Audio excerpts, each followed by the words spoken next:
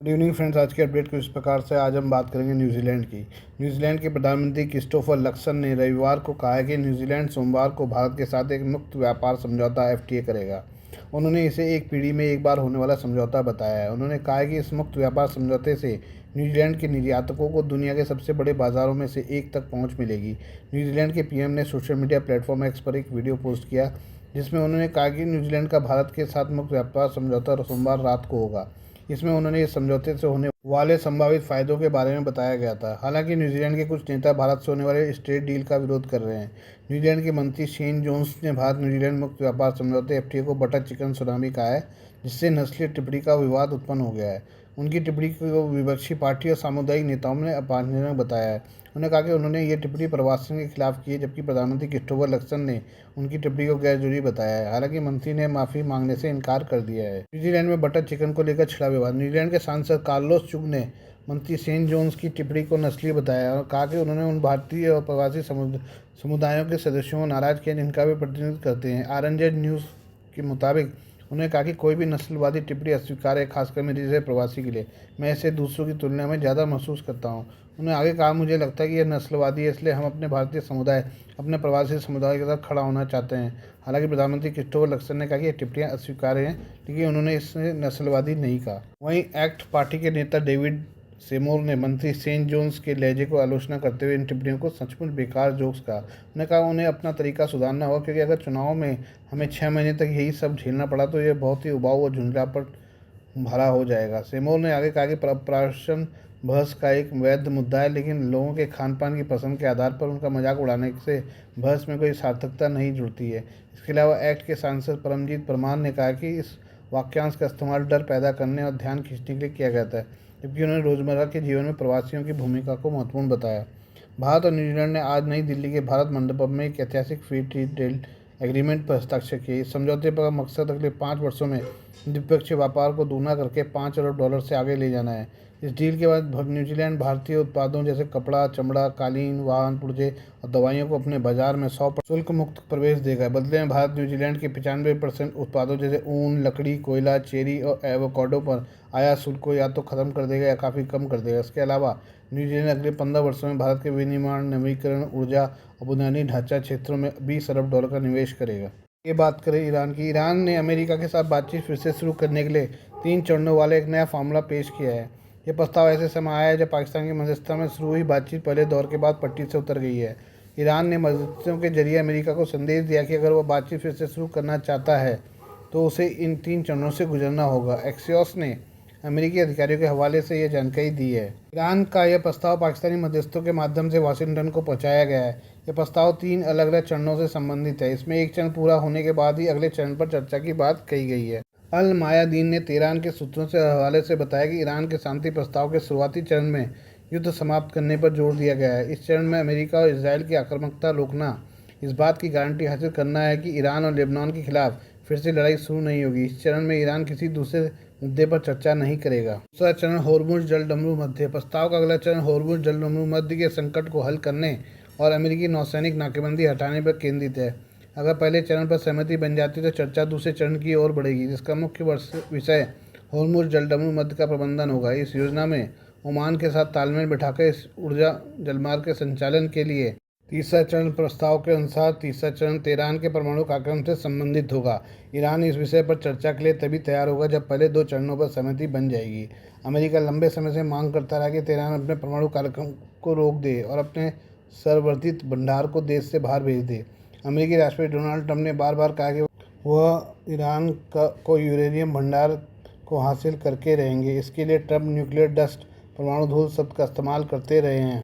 Axios ने जब प्रस्ताव के बारे में व्हाइट हाउस की प्रवक्ता ओलिविया वेल से पूछा तो उन्होंने इसे संवेदनशील बातचीत बताते हुए कहा कि इस पर प्रेस में बात नहीं हो सकती, लेकिन उन्होंने कहा है कि अमेरिका के पास सारे कार्ड हैं और वह ऐसी डील करेगा जिसमें अमेरिकी लोगों को सबसे पहले रखा जाएगा और ईरान को कभी भी परमाणु हथियार रखने की इजाज़त नहीं होगी। रूस के दौरे पर ईरानी विदेश मंत्री। यह प्रस्तावित फ्रेमवर्क ऐसे समय में आया है जब ईरान के विदेश मंत्री अब्बास अरागाची राजनीतिक डेलीगेशन के साथ मॉस्को पहुंचे हैं। रूसी विदेश मंत्री सर्गेई लावरोव ने बताया कि मॉस्को यात्रा के दौरान अरागाची रूसी राष्ट्रपति पुतिन से मुलाकात करेंगे। इसके पहले पाकिस्तान में अमेरिका और ईरान के बीच बातचीत का दूसरा दौर शुरू करने की कोशिशें नाकाम रही।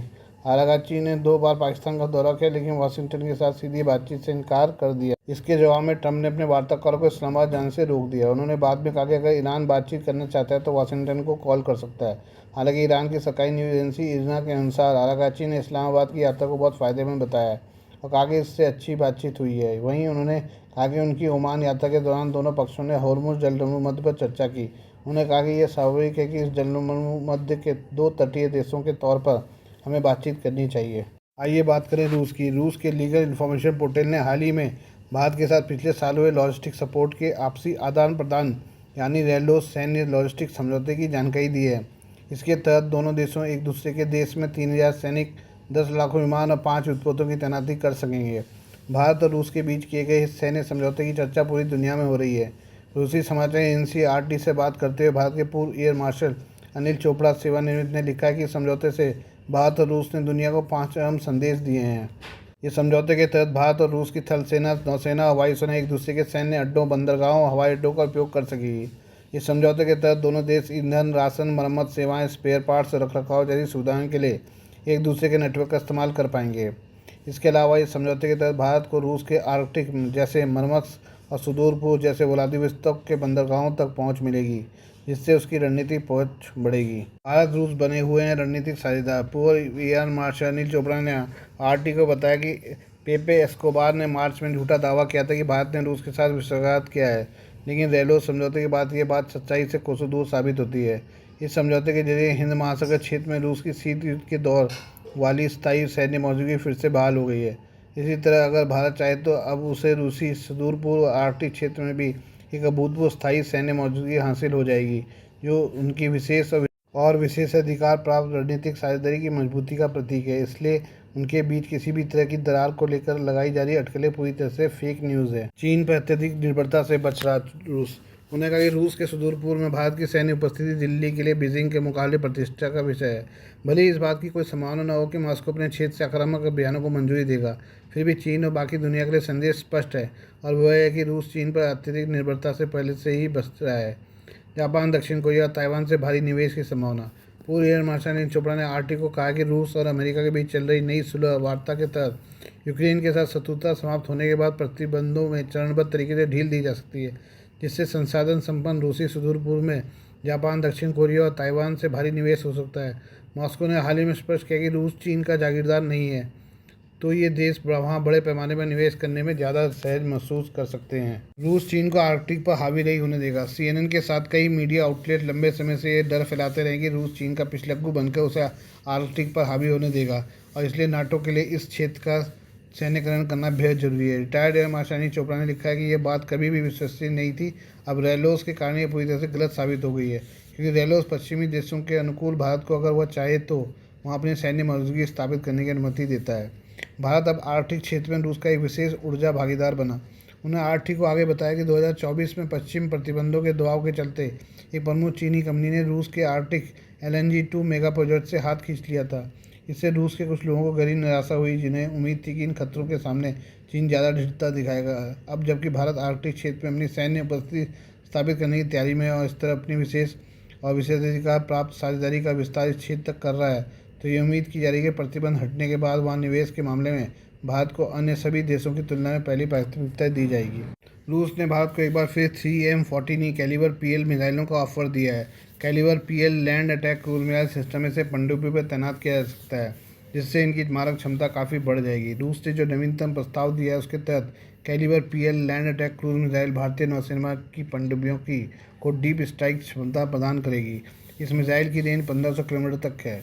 भारतीय पनडुब्बियों में इन्हें तैनात करने के लिए किसी बड़े बदलाव की जरूरत नहीं होगी, बल्कि मौजूदा 533 mm टॉर्पीडो ट्यूबों का इस्तेमाल किया जाएगा। पिछले साल की शुरुआत में रोसोबोरोन एक्सपोर्ट और रूबिन डिज़ाइन ब्यूरो ने मॉस्को में भारतीय नौसेना के प्रतिनिधिमंडल से मुलाकात के दौरान इस मिसाइल का ऑफर दिया था।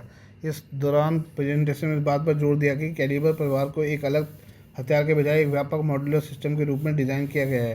उन्होंने यह भी कहा कि यह सिस्टम पारंपरिक पनडुब्बियों में बिना किसी बड़े संरचनात्मक बदलाव के मल्टी रोल स्ट्रेटेजिक प्लेटफॉर्म में बदल सकता है। भारत भी स्वदेशी पनडुब्बी launch cruise missile SLCM project पर काम कर रहा है।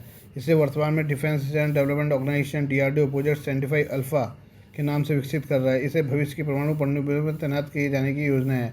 हालांकि इसे पूरी तरह से परिचालन के तैयार होने में लगभग 4 से 6 वर्ष लगेंगे। ऐसे में विश्लेषकों का मानना है कि भारतीय नौसेना के लिए वर्तमान समय में कैलिबर पीएल एक बेहतरीन विकल्प है जो तत्कालिक आवश्यकताओं को पूरा कर सकता है। कैलिबर पीएल मिसाइल के बारे में जानें। कैलिबर पीएल एक रूसी क्रूज मिसाइल है जिसे 3M14E के नाम से भी जाना जाता है। यह रूस की सबसे घातक और सटीक क्रूज मिसाइलों में से एक है। इस मिसाइल की सबसे बड़ी खूबी इसकी 1500 किलोमीटर की डीप स्ट्राइक रेंज है। इसका मतलब यह है कि मिसाइल से लैस पनडुब्बियां समुद्र के बीच से ही दुश्मन के ज़मीनी ठिकानों जैसे कमांड सेंटर, एयरबेस या बंदरगाह को निशाना बना सकती हैं। यह मिसाइल पनडुब्बियों के 533 टॉरपीडो ट्यूब से लॉन्च की जा सकती है। इसके लिए पनडुब्बी के डिज़ाइन में बड़े बदलाव की जरूरत नहीं होती। यह मिसाइल सैटेलाइट गाइडेंस और इनिशियल नेविगेशन का उपयोग करती है जिससे लक्ष्य पर अचूक निशाना लगाती हैं। यह लगभग 450 से 500 किलोग्राम का वॉरड ले जाने में सक्षम है। Please do like, share and subscribe this channel of my news, views and analysis by Prakash.